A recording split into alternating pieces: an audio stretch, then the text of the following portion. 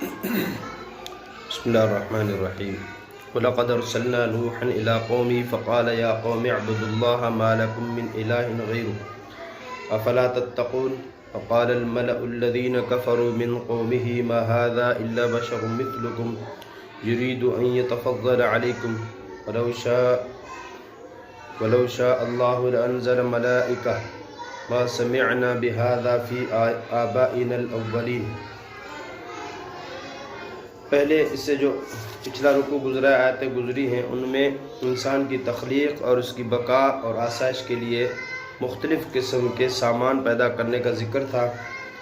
آگے اس کی روحانی تربیت اور دینی فلاح کا جو انتظام فرمایا اس کا ذکر ہے، یعنی انسان کے ایمان کیسے بن جائے اور انسان کا جو ہے تقویٰ کیسے بڑھ جائے اور اللہ کے ساتھ تعلق کیسے بن جائے، گناہوں سے کیسے بچ جائے، اس کا ذکر ہے یہاں سے۔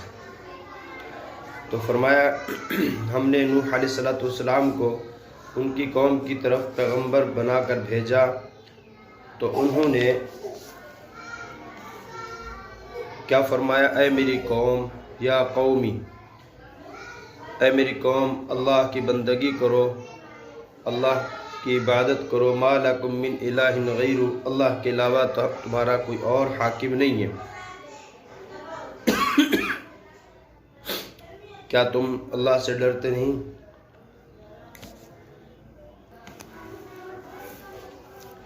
فقال الملأ الذین کفروا من قومه، تو بولے کافروں کے سردار، نوح علیہ السلام کی قوم کے جو کافر تھے ان کے سردار کہنے لگے، ما ھذا الا بشر مثلکم، یہ تو نہیں ہے مگر ایک انسان جو کہ تمہارے جیسا ہے، یعنی نوح علیہ السلام بھی تم جیسا ایک انسان ہے، تم جیسا ایک انسان ہے۔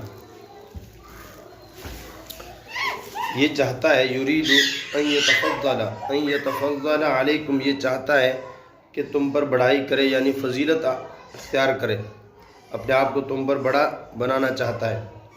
ولو شاء اللہ، اگر اللہ تعالیٰ چاہتے تو اتارتے فرشتے اتارتے۔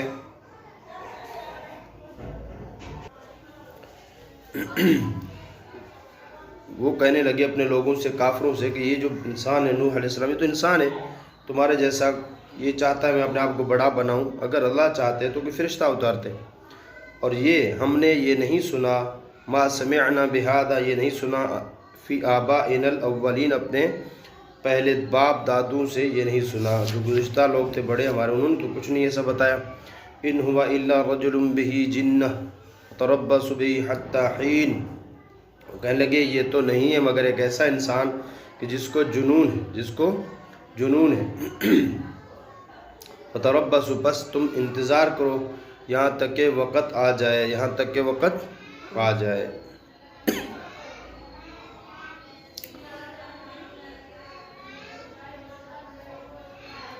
اسی واسطے ساری دنیا کے خلاف باتیں کرتا ہے کہ میں رسول ہوں، میں معبود ایک ہے، یعنی یہ جو باتیں کرتے پہلے تو ہم نے کبھی نہیں سنا، اور پہلے جو ہے آبا و اجداد جو تھے وہ بتوں کو پوجتے تھے، خدا اور تھے اتنے سارے، اس نے ایک نیا کام شروع کر دیا، کہتے میں رسول ہوں اور اللہ ایک ہے۔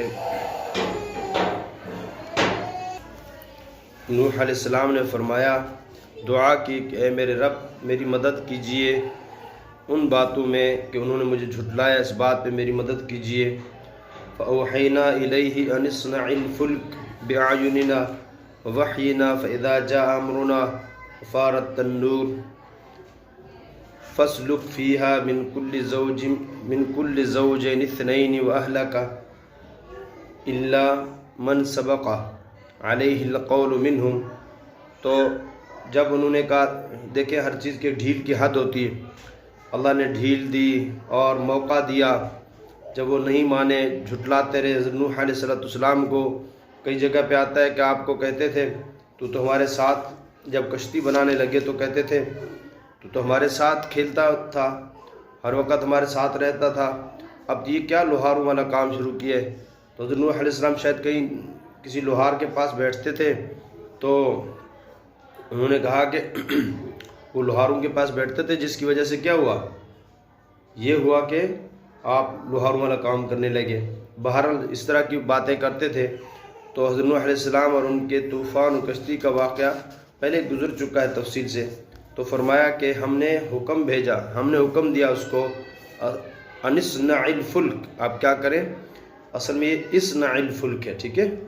جب پچھلے نون ساکن تھا، ان اصنع، تو حمزہ نون ساکن کو جب آگے ملائیں تو الساکن اذا حرک حرک بالکسر، کہ جب ساکن کو حرکت دی جائے تو کسرہ کی حرکت دی جاتی ہے. تو وہ کسرہ کی حرکت دی، حمزہ کو گرا دیا. تو کیا حکم دیا ہم نے کہ آپ کشتی بنائیں ہمارے سامنے، ہماری آنکھوں کے سامنے آپ کیا کریں اور ہمارے حکم سے بنائیں. وحینا، اس وحی سے مراد ہمارا حکم. پس جب آئے گا ہمارا حکم، اور آیا ہمارا حکم، فارت تنور، تو ابل پڑا تنور. اب اس تنور سے کون سا تنور مراد ہے؟ بعض حضرات کہتے ہیں کہ یہ جو عام تنور ہے روٹی والا جیسے ہے، تو شاید اس سے وہی مراد ہو. اسی طرح کا کوئی تنور تھا جس سے پانی نکلنے لگا، اور اس خاص جگہ کو بھی کہا جاتا ہے جو روٹی پکانے کے لیے بنائی جاتی ہے، اس کو بھی، اور یہی معنی معروف و مشہور ہیں. دوسرے معنی میں تنور جو ہے وہ پوری زمین کے لیے بھی بولا جاتا ہے، ساری زمین جو ہے وہ بولا جاتا ہے. تو خلاصہ یہ کہ نہیں، ہر جگہ سے پانی نکلنے لگا، زمین سے، پہاڑوں سے، ہر جگہ سے پانی آنے لگا. تو اور خلاصہ تفسیر میں اسی معنی کے اعتبار سے ترجمہ کیا گیا ہے. اور بعض حضرات نے اس سے ایک خاص تنور روٹی پکانے والا مراد لیا جو کوفہ کی مسجد میں اور بعض کے نزدیک ملک شام میں کس جگہ تھا اس تنور سے پانی ابلنے لگا. تو حضرت نوح علیہ السلام کے لیے طوفان کی علامت یہ قرار دی گئی تھی. حضرت نوح علیہ السلام اور ان کے طوفان اور کشتی وغیرہ کا ذکر پہلے گزر چکا ہے. کو طوفان آیا تو کشتی پہ جو ہے سوار ہوئے، ہر چیز کا جوڑا لینے کا اللہ نے حکم کیا. اس لیے ان کو جد ثانی بھی کہتے ہیں. نوح علیہ السلام کو جد ثانی بھی اسی لیے کہا جاتا ہے کہ دوبارہ ان سے پھر جو نسل چلا آگے.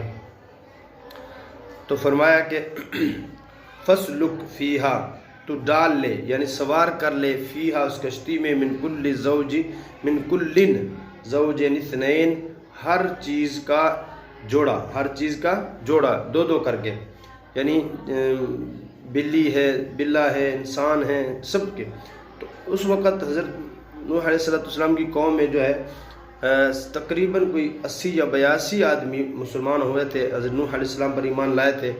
اور کچھ آپ کے خاندان کے لوگ تھے، آپ کے گھر کے لوگ تھے، اور جو ہے اس میں آپ کی اہلیہ اور آپ کا جو ہے شاید ایک بیٹا، یہ بھی اس طوفان میں غرق ہو گئے تھے.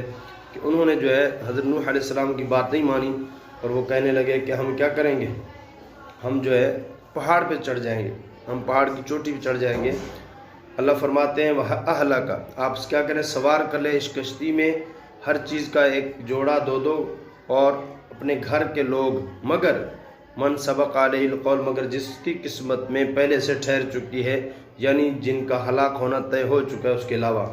وَلَا تُخَاطِبْنِي فِي الَّذِينَ ظَلَمُوا، آپ مجھ سے بات نہ کریں ان لوگوں کے بارے میں جنہوں نے ظلم کر رکھا ہے، ٹھیک ہے.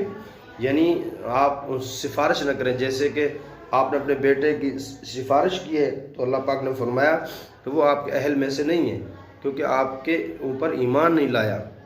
اور کیا فرمایا، فلا تخاطبنی فی الذین ظلموا، آپ مجھ سے بات نہ کیجئے ان لوگوں کے بارے میں جنہوں نے ظلم کر رکھا ہے.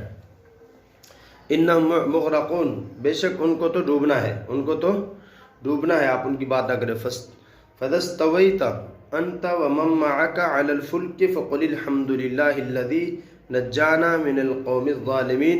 بس آپ جب بیٹھ چکے کشتی پر، آپ اور وَمَن مَّعَكَ، اور جو آپ کے ساتھ ہے، آپ لوگ کشتی پہ صحیح ہو کے بیٹھ جائیں.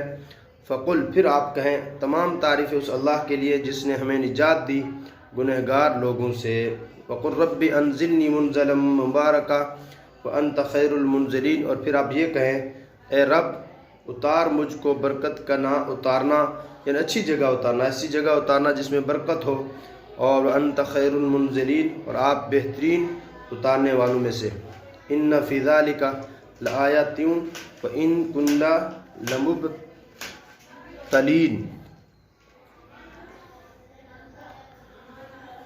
بے شک اس میں نشانیاں ہیں، اور اگر ہم ہیں اور ہم جانچنے والے ہیں. یعنی یہ جو اللہ پاک نے جو عذاب بھیجا ہے، طوفان بھیجا ہے، اس میں کیا ہے؟ آزمانا ہے، جانچنا ہے اس میں. اور فرمایا کہ نشانیاں اس میں کہ جو اللہ کے احکام نہیں مانے گا اس کے ساتھ اللہ پاک یہ والا معاملہ فرمائیں گے، ان کو عذاب دیں گے، دنیا میں ہلاک کر دیں گے.